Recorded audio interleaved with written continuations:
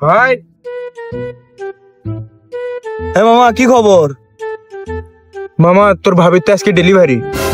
তুই এটি কি করিস? তুই ভাবির কাছে যা। ভাই যামু, কিন্তু একটা টেনশনে আছি।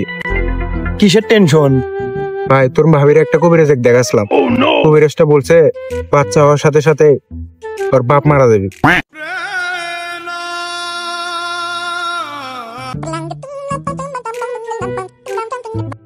হ্যালো, কি বাবা বলছি? আলহামদুলিল্লাহ। মামা বাবা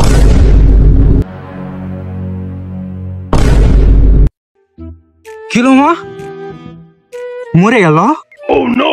দেখ বাবা, আমি তো বাঁচিছি। মরে গেছে।